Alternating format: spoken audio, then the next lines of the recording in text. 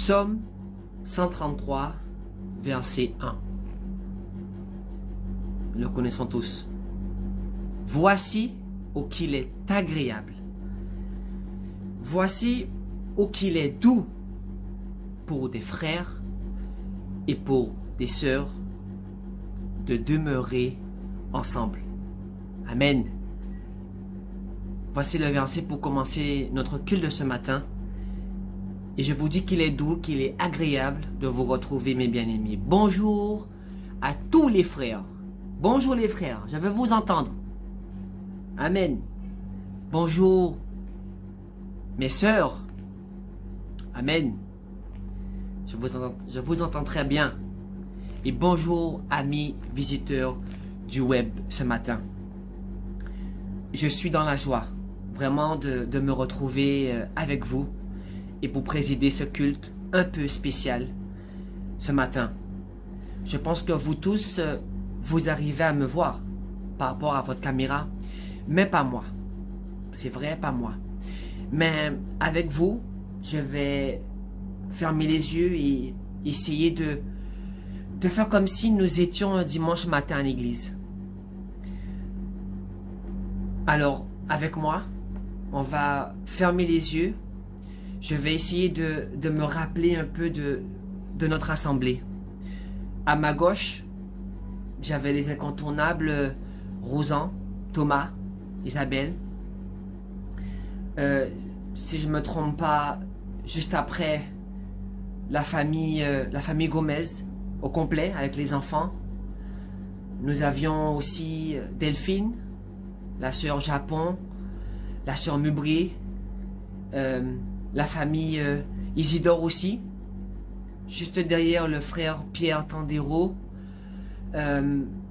Rosette Bourilla, la sœur Kinder, la sœur Duplessis, la sœur Sultanette, la sœur Viardot, la sœur Malaël, Rosanne, oui Rosanne, au fond à gauche, Raymond,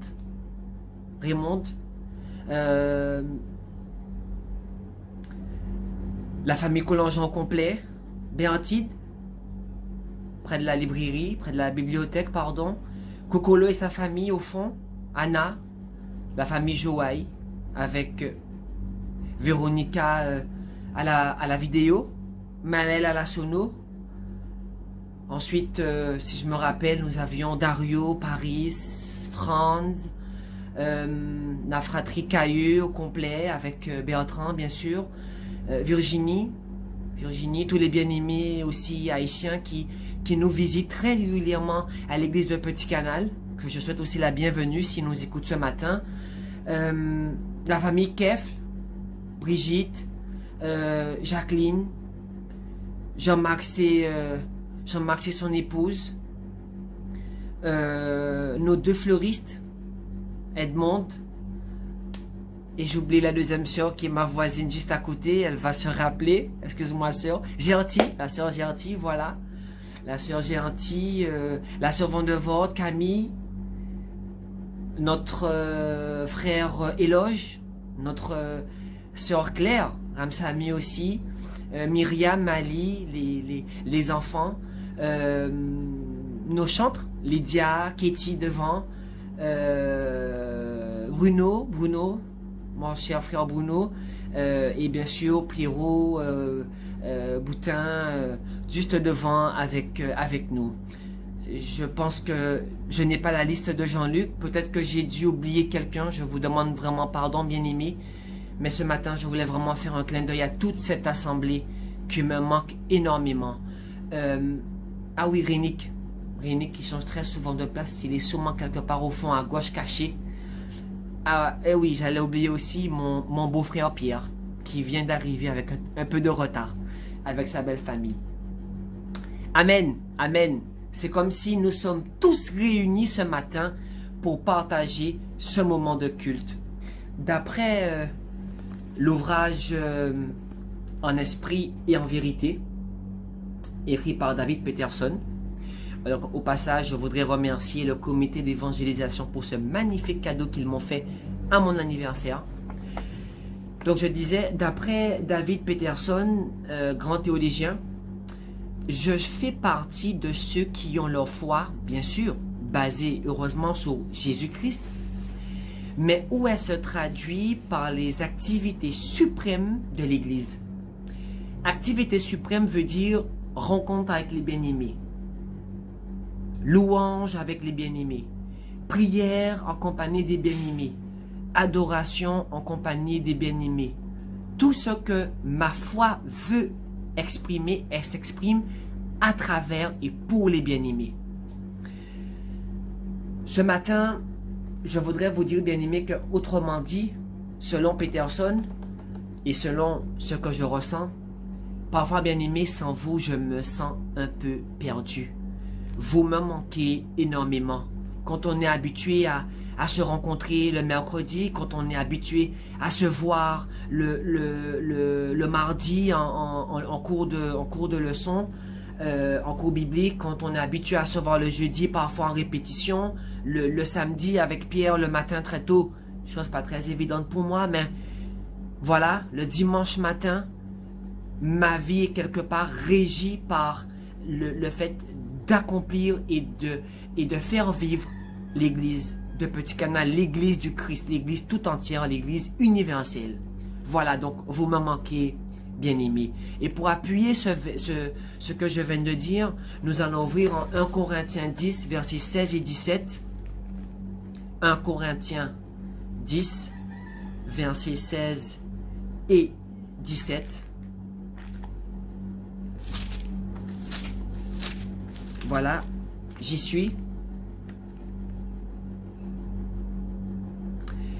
La coupe de bénédiction que nous bénissons n'est-elle pas la communion au sang de Christ? Le pain que nous roupons n'est-il pas la communion du corps de Christ? Puisqu'il y a un seul pain, nous qui sommes plusieurs, nous formons alors un seul corps, car nous participons tous à un même pain. Amen. Amen, bien-aimés. Voilà mes deux versets de ce matin. Quelle joie de faire partie de cette famille de Dieu. Et en écho à ces deux lectures, nous allons prendre le 584 sur le GEM. Nous voulons vivre l'unité, rester ensemble à chaque instant. Surtout ne pas nous séparer et continuer d'aller de l'avant. Ce chant avec Delphine et Thomas, si possible. À nous.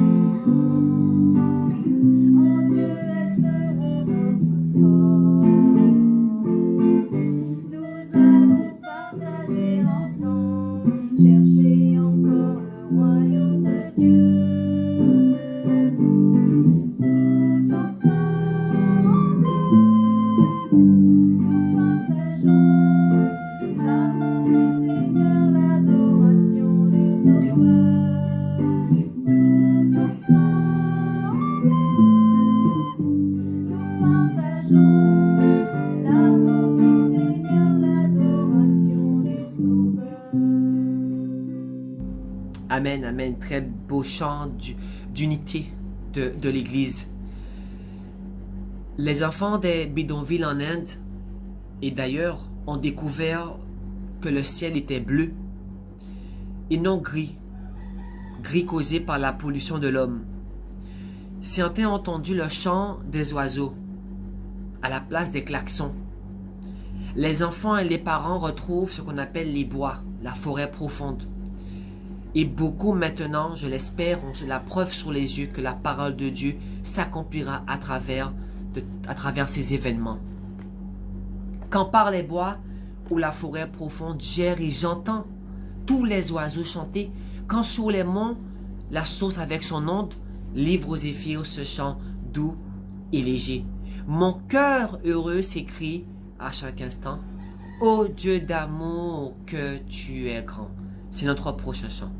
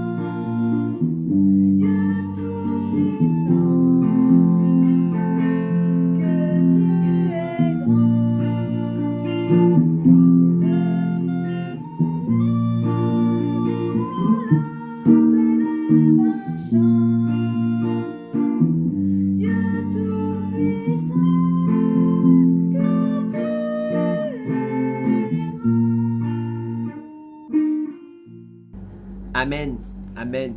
Quel beau chant, ô Dieu d'amour que tu es grand. Je vais demander la prière à deux bien-aimés du comité d'évangélisation. Rosan, vous prierez pour cette semaine, pour nos bien-aimés, pour l'unité de l'Église et pour ces moments par lesquels nous passons. Un peu difficile pour certains. Prions. Frères et sœurs, bonjour. Nous voilà encore en ce dimanche. Nous voulons demander à notre Dieu que ce moment que nous allons passer ensemble soit bénéfique pour chacun de nous. Donc je vous invite à prier. Seigneur notre Dieu, notre Père, Dieu trois fois saint, Dieu de la création, Dieu de toute éternité, Dieu de notre salut, nous voulons te louer, te bénir en ce jour, parce que tu en es digne. Nous voulons te prier afin que, dans ces moments qui vont suivre, tu puisses nous diriger totalement par ton Esprit Saint. Seigneur, bénis tout ce qui va être fait. Et merci encore pour ces moyens que tu nous donnes de communiquer ensemble, de partager ensemble. Tu as dit que tu nous as unis dans un seul corps par ton Esprit. Nous sommes unis, même si nous sommes dispersés. Nous prions, Seigneur, afin que tu bénis tous ceux et celles qui participent à ce culte. Nous voulons te prier afin que tu bénis chacun de nous qui suit par les moyens techniques que nous avons. Mais nous voulons te prier aussi afin que tu bénis tous ceux et celles qui n'ont pas ces moyens. poursuivre, que tu les gardes, tu les bénis. Nous prions afin que tu bénisses, Seigneur, tous ceux et celles qui sont malades, couchés sur un lit de douleur, qui souffrent et qui ne peuvent pas participer avec nous aussi. Enfin, Seigneur, nous voulons te prier afin qu'aujourd'hui, encore, ce dimanche, à Petit Canal et ailleurs, dans toute la Guadeloupe, que nos populations puissent entendre ta parole et que cette parole puisse faire effet. Bénis, Seigneur, tout ce qui va être fait en ce jour. Et que vraiment, Seigneur, la gloire reste à toi seul. Parce que tu es le seul vrai Dieu, le bon berger, celui qui prend soin de nous et celui qui veut nous nourrir ce matin, même dispersés. À toi tout honneur, toute gloire, au nom de ton Fils Jésus. Amen. Merci à la prière des bien-aimés. Les 2 prochains chants, nous allons essayer de les prendre à la suite. À nouveau réunis pour louer le Seigneur. À nouveau réunis d'un même cœur. À nos besoins il répond. Oui, notre Dieu est bon. À nouveau réunis pour louer le Seigneur. À nouveau réunis pour louer le Seigneur. À nouveau réunis d'un même cœur. À nos besoins il répond. Oui, notre Dieu est bon. À nouveau réunis pour louer le Seigneur. Amen, amen, amen. Des chants qui nous rassurent et qui nous mettent très souvent en confiance. Bien-aimés, nous traversons une tempête. Nous sommes tous chez nous. Donc nous traversons une tempête, quelque part. Cette tempête nous oblige, comme je viens de le dire, à rester confinés chez nous. Et nous oblige à faire attention encore pendant un bon moment. À écouter, bien sûr, les scientifiques. Mais nous n'avons rien à craindre parce que Jésus est à la barque. Jésus est à la barque. Nous n'avons rien à craindre parce qu'il vit. Et nos lendemains sont assurés. Amen. Dieu a donné son Fils unique Jésus pour nous sauver, quelles que soient les circonstances. Maladie, tempête, séisme, éruption, nous ne savons pas, pandémie, tout peut arriver. Nous le savons très bien, mais nous sommes rassurés. Nous n'avons rien à craindre car Jésus est vivant. Dieu a donné son Fils, c'est notre prochain chant avec Delphine et Thomas. Parce qu'il vit, je n'ai rien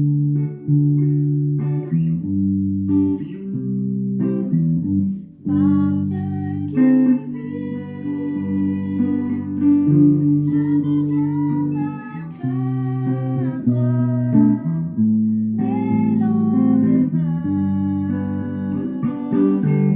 sont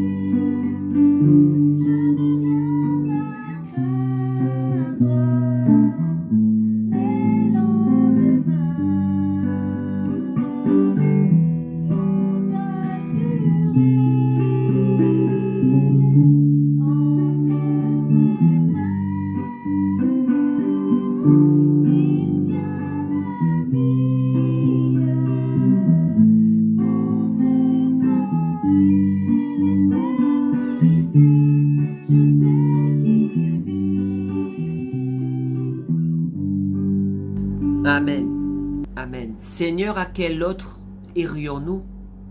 Tu as les paroles qui peuvent nous rassurer et qui nous sauvent. Nous savons que tout se fera en ton temps. Nous allons prendre nos 2 prochains chants à la suite si possible bien sûr, avec Delphine et Thomas. Seigneur, à quel autre irions-nous, suivi de En son temps.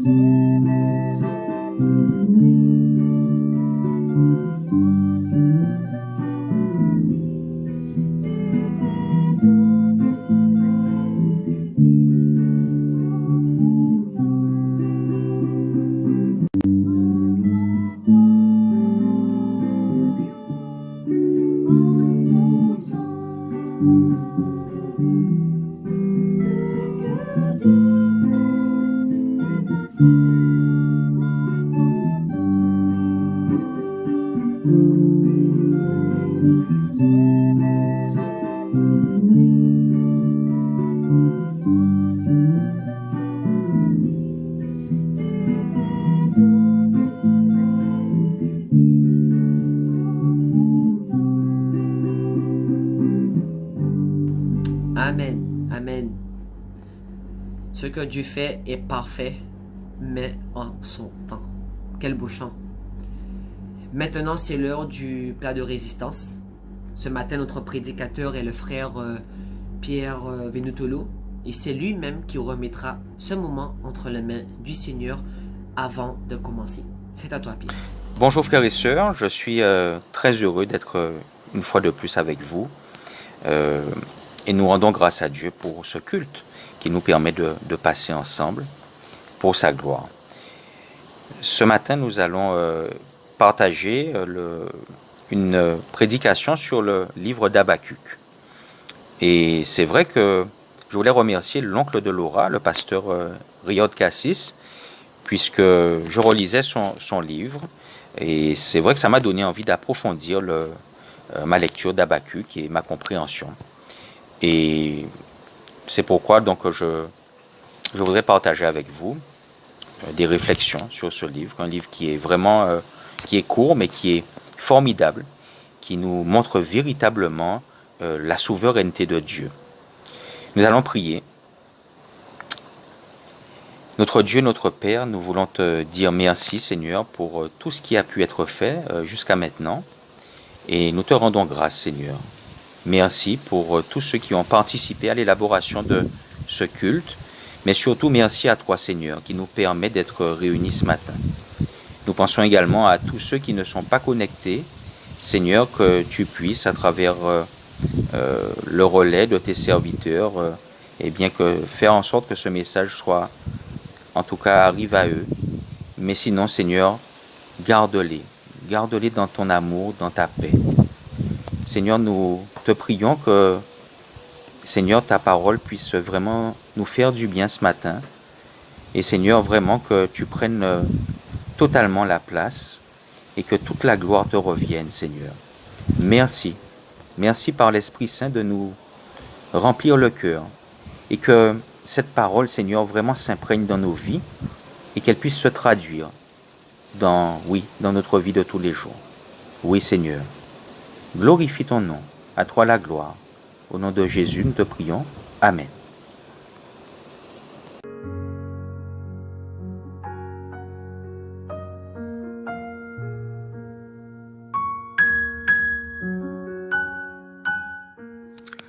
Habakkuk chapitre 1er, verset 2 au verset 4. Jusqu'à quand, ô Éternel? J'ai crié, et tu n'écoutes pas. J'ai crié vers toi à la violence, et tu ne secours pas. Pourquoi me fais-tu voir l'iniquité, et contemples-tu l'injustice? Pourquoi l'oppression et la violence sont-elles devant moi? Il y a des querelles, et la discorde s'élève. Aussi la loi n'a point de vie. La justice n'a point de force, car le méchant triomphe du juste, et l'on rend des jugements iniques. Jusqu'à quand? Pourquoi? Dans notre société et notre culture en général, nous avons l'habitude de nous adresser à nos supérieurs avec des compliments, des paroles douces, afin de les préparer à entendre nos plaintes et nos questionnements, si on veut que la personne soit attentive à notre doléance. C'est un peu la même chose pour un enfant ou un ado qui veut obtenir quelque chose de ses parents. Combien plus devrions-nous le faire quand nous nous adressons à Dieu? Eh bien, ce n'est pourtant pas le cas d'Habakkuk. La façon dont ce dernier s'adresse à Dieu dans ses premiers versets du livre ne laisse aucune place au compliment ni à la politesse. Il va plutôt vers le ressentiment et les plaintes. Il semble bien qu'Habakkuk souffre. Il est en colère, et l'expression « jusqu'à quand » ou encore « pourquoi » résonne comme un reproche envers Dieu. Habakkuk était chargé de soucis et de peines, soucis personnels, mais surtout des soucis de son peuple. Il s'intéresse au destin de sa nation, et c'est un fardeau qui le ronge et l'épuise. Qu'est-ce qui a provoqué la frustration d'Habakkuk et l'a poussé à demander jusqu'à quand et pourquoi? Alors, le prophète Habakkuk a vécu vers la fin du 7e siècle avant Jésus-Christ à Jérusalem, peu après le règne du roi Josias qui a apporté tolérance, justice et qui a prôné la foi dans le royaume. Malheureusement, son successeur, le roi Joachim, ne lui ressemblait pas et ses œuvres étaient mauvaises et le royaume de Juda connut la corruption sur tous les plans. Et en ce temps-là, le prophète Habakkuk regarde autour de lui et voit se développer donc l'injustice, l'iniquité, la violence, le mal, la souffrance et surtout l'éloignement vis-à-vis de Dieu et le mépris de sa loi. Ce sont des choses, bien-aimés, que nous constatons aussi de nos jours ou dont nous entendons parler au quotidien. L'apôtre Paul le confirme quand il s'adresse à Timothée en disant en 2 Timothée chapitre 3 « Sache que dans les derniers jours, il y aura des temps difficiles, car les hommes seront égoïstes, amis de l'argent, fanfarons, hautains, blasphémateurs, rebelles à leurs parents, ingrats, irréligieux, insensibles, déloyaux, calomniateurs, intempérants, cruels, ennemis des gens de bien, traîtres, emportés, enflés d'orgueil, aimant le plaisir plus que Dieu. » Ce que Paul annonce à Timothée pour les derniers temps est ce que l'on voit en ce moment. C'est une situation, entre guillemets, similaire à celle qui environne Habakkuk à son époque. Quel est le principal souci d'Habakkuk alors qu'il observe ces choses au sein même de son peuple? On peut mettre en avant 3 soucis qu'Habakkuk a à affronter. Premièrement, même s'il est très fâché de ses contemporains, de leur comportement, le principal problème n'est pas avec ses contemporains, mais bien avec Dieu lui-même. Il n'arrive pas à comprendre comment Dieu peut rester silencieux, à observer sans rien dire tout ce qui se passe de mauvais. Il dit « J'ai crié vers toi pour dénoncer la violence, mais tu ne secours pas. Pourquoi me fais-tu voir le mal et contemples-tu l'injustice? Il y a une forme d'insolence presque. Tibouin encore, il a dit bon Dieu, ça il n'est pas fait. Quant au deuxième problème d'Habakkuk, il réside dans le fait que Dieu, dont nous attendons normalement qu'il entende les appels de ses croyants, semble sourd à l'expression de la frustration d'Habakkuk. Jusqu'à quand, Éternel, vais-je crier à toi, il dit. La voix d'Habakkuk ne sort pas du bout des lèvres. C'est un appel puissant, un cri. Et le mot « je crie » dans le texte peut aussi se traduire par « je m'époumonne ». Ça veut dire que cela sort du plus profond de lui. Le troisième souci d'Habakkuk, c'est l'homme qui s'avilit au point d'en perdre son humanité. Paix pas bon Dieu qu'à vivre n'importe qui gens. On peut dire selon la loi de la jungle. Et devant ces trois problèmes, que peut faire Habakkuk? Se contenter d'observer la dure réalité? Ou continuer sa mission prophétique et appeler le peuple à la raison et la foi? Peut-être. Mais il choisit une autre voie. Il choisit de se plaindre à Dieu de ce qui l'accable au plus profond de lui, quitte à protester contre Dieu. Voyons la réponse de Dieu. L'impression d'Habakkuk que Dieu n'entend pas, qu'il ignorerait le mal qui sévit dans le monde, s'avère fausse. Et la réponse que Dieu fait à Habakkuk et à tout le peuple à partir du verset 5 peut, à première vue, faire froid dans le dos. Habakkuk, chapitre 1, verset 5, il est dit « Jetez les yeux parmi les nations, regardez et soyez saisis d'étonnement, d'épouvante. Car je vais faire en vos jours une œuvre que vous ne croiriez pas si on la racontait. Voici, je vais susciter les Chaldéens, peuple furibond et impétueux, qui traverse de vastes étendues de pays, pour s'emparer de demeures qui ne sont pas à lui. Il est terrible et formidable, de lui seul viennent son droit et sa grandeur. » Si on avait été à la place d'Habakkuk, on se serait attendu à ce que Dieu nous annonce que le mal sera vaincu, que les conflits s'apaiseront, que la violence sera transformée en paix et l'iniquité en justice, que l'oppression disparaîtra. Mais nous voilà sous le choc, car ce à quoi il s'attendait n'a rien à voir avec ce que Dieu a en tête. Nous sommes surpris d'entendre Dieu annoncer qu'il donnera tout pouvoir à la nation chaldéenne, donc ce sont des Babyloniens, une nation connue pour sa férocité, sa brutalité, ses invasions, et sur le fait qu'elle s'approprie des biens d'autrui dans les villes et les villages. Imaginons l'effet que ces mots ont pu avoir sur Habakkuk. Comme si le poids des soucis qui l'accablent ne suffisait pas, voilà que Dieu lui annonce de plus grands malheurs à venir. Supposons, frères et sœurs, que vous faites face à une grosse difficulté financière, ou émotionnelle, ou familiale, qui vous cause bien du souci. Vous vous confiez à un ami en espérant trouver du réconfort, et voici que cet ami vous annonce que les problèmes que vous affrontez en ce moment ne sont rien comparés à ceux qui vous attendent. Et Dieu, au verset 5, parle d'une œuvre. Ce terme démontre que Dieu connaît exactement les événements qui vont suivre. Il s'agit de son œuvre. Bien-aimés, au cas où il pourrait nous arriver de l'oublier, tout comme Habakkuk pendant un temps, l'Éternel n'est pas un simple spectateur qui aurait un jour créé le monde et l'aurait laissé fonctionner seul. Rappelez-vous de la leçon sur la providence. Il est Dieu, toujours présent, toujours actif dans l'histoire de l'humanité. Et si Habakkuk se soucie de son peuple, voici que Dieu s'en soucie également, mais avec un regard aigu et une vision d'ensemble. Frères et sœurs, lorsque nous regardons un tableau, une peinture ou une fresque artistique de près, on peut saisir certains détails et couleurs, mais on ne peut percevoir toute la beauté de la peinture qu'en prenant de la distance, en reculant un peu. Et bien souvent dans la vie, nous restons bloqués sur un seul détail, comme si nous regardions un tableau de trop près. Et c'est souvent un détail négatif qui brouille notre vue, notre bonne compréhension de l'œuvre. Il nous faut alors prendre du recul, nous rapprocher de Dieu, lui demander de nous aider à retrouver une vue d'ensemble et considérer les choses comme il se doit. Bien-aimés, Dans bien des circonstances, nous nous rapprochons de Dieu pour lui demander d'exaucer nos vœux et nos propres désirs. Mais par la bouche de son prophète Ésaïe, Dieu dit en Ésaïe chapitre 55, versets 8 et 9, « Car mes pensées ne sont pas vos pensées, et vos voix ne sont pas mes voix, dit l'Éternel.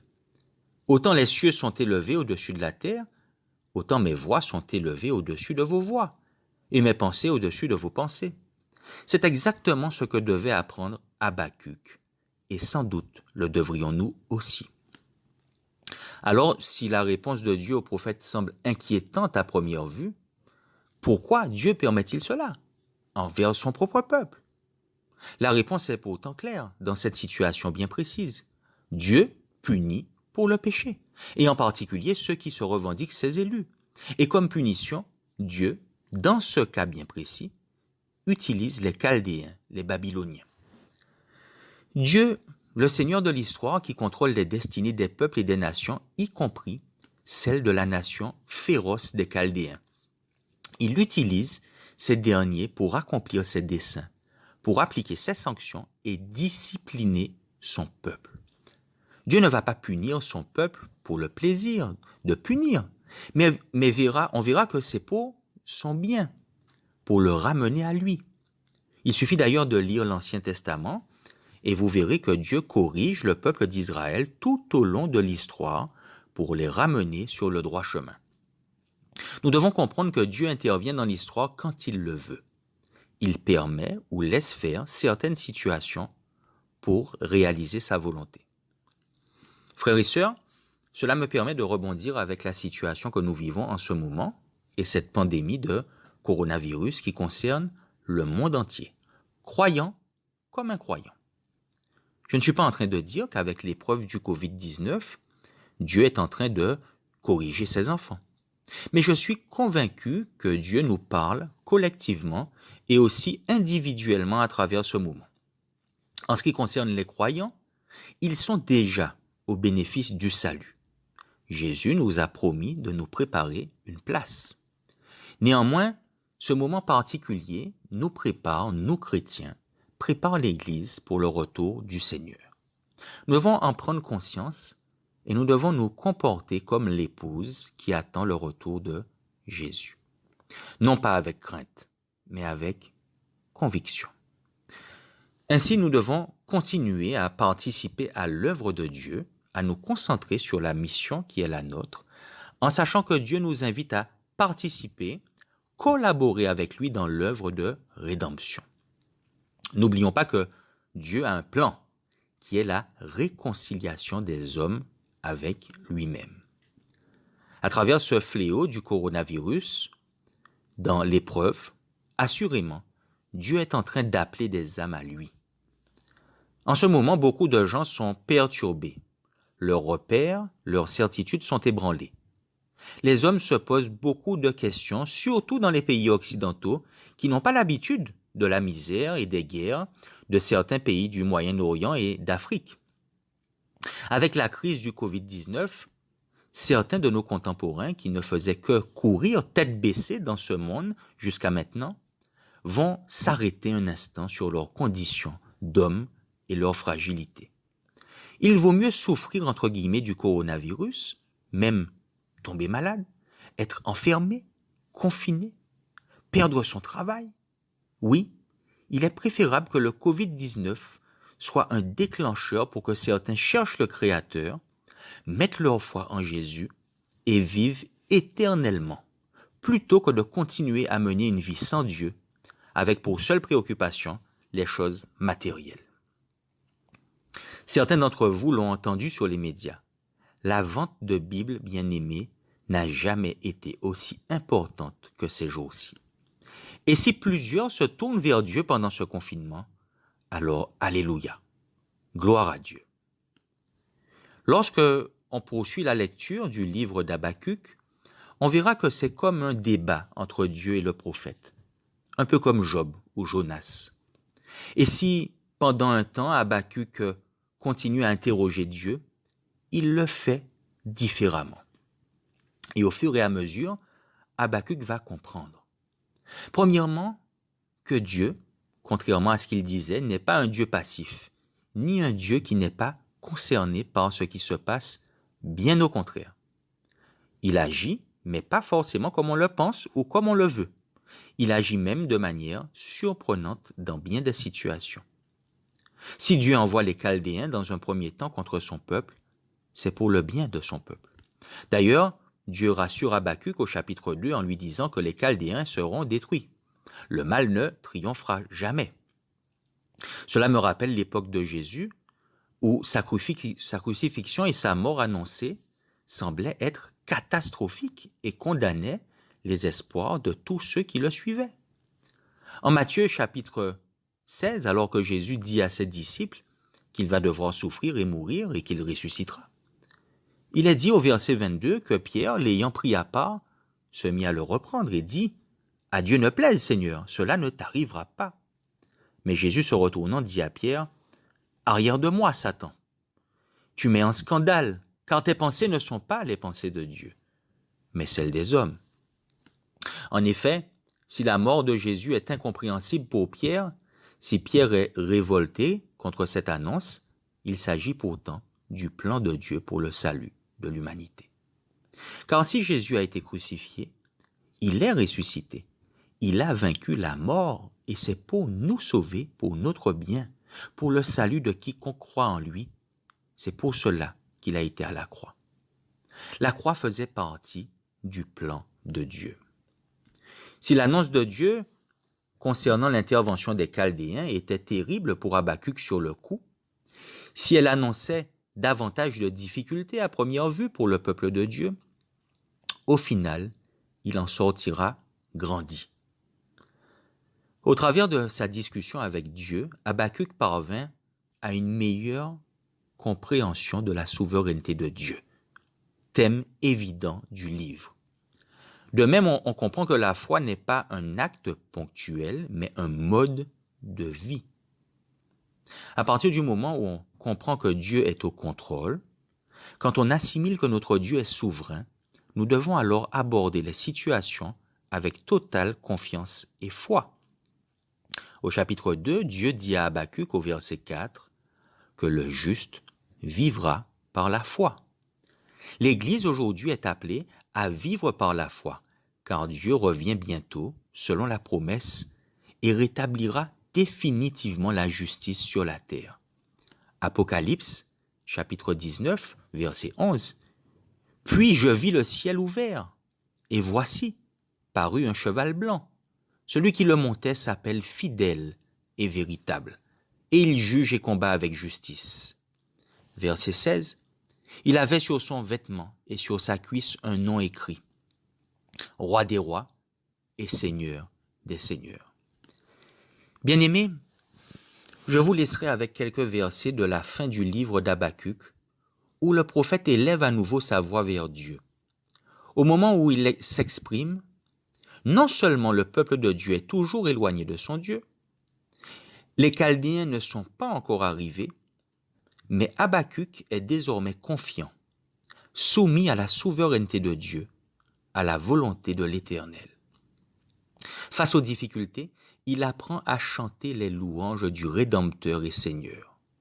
Il comprend que l'Éternel ne doit pas seulement être adoré pour les bénédictions matérielles qu'il accorde, mais simplement parce qu'il en est digne.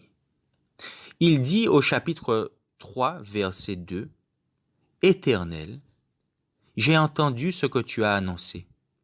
Je suis saisi de crainte. Accomplis ton œuvre dans le cours des années, ô Éternel. Dans le cours des années, manifeste-la. Mais dans ta colère, souviens-toi de tes compassions. » Et pour finir, versets 16 à 19, « J'ai entendu, et mes entrailles sont émues. À cette voix, mes lèvres frémissent, mes os se consument, et mes genoux chancellent. En silence, je dois attendre le jour de la détresse, le jour où l'oppresseur marchera contre le peuple. Car le figuier ne fleurira pas, la vigne ne produira rien, le fruit de l'olivier manquera, les champs ne donneront pas de nourriture, les brebis disparaîtront du pâturage et il n'y aura plus de bœufs dans les étables. Toutefois, je veux me réjouir en l'Éternel, je veux me réjouir dans le Dieu de mon salut. L'Éternel, le Seigneur, est ma force. Il rend mes pieds semblables à ceux des biches, et il me fait marcher sur mes lieux élevés. Frères et sœurs, soyons en paix et prions pour le monde, sachant que toute chose concourt au bien de ceux qui aiment Dieu. Puisse la grâce et la paix de Dieu nous accompagner, que sa volonté soit faite pour sa gloire. Amen.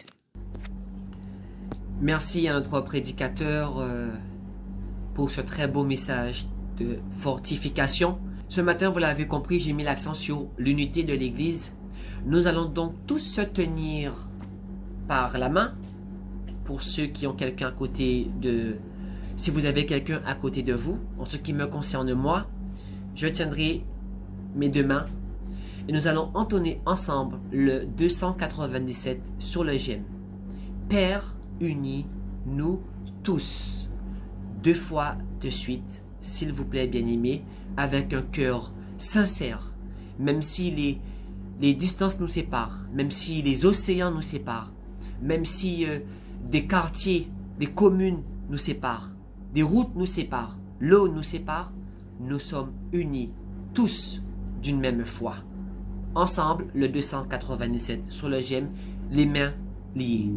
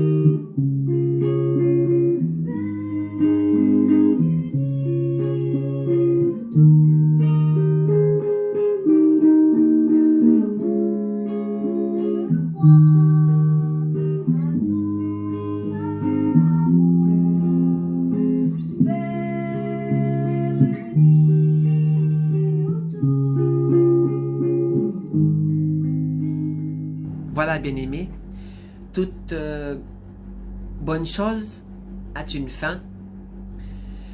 Et je vais vous laisser, pas forcément avec une prière ce matin, mais je vais vous laisser avec un petit cœur. Écoutez une petite modification faite par moi. Ne crains pas le Covid, reste tranquille, la paix viendra. Relève donc la tête, regarde à Jésus, sois plein de foi. Qu'importe la maladie, chasse la crainte, il est vaincu. Au nom puissant du Sauveur, ce virus s'enfuit, nous sommes vainqueurs. Au nom du très grand médecin, ce virus s'enfuit, nous sommes vainqueurs. Une dernière fois, au nom puissant de Jésus, l'ennemi s'enfuit, nous sommes vainqueurs. Amen. Soyez bénis, mes bien-aimés, soyez bénis. Je vous aime et n'oubliez pas, faites attention à vous et restez à Kasazot. Bon dimanche. Amen et bon appétit.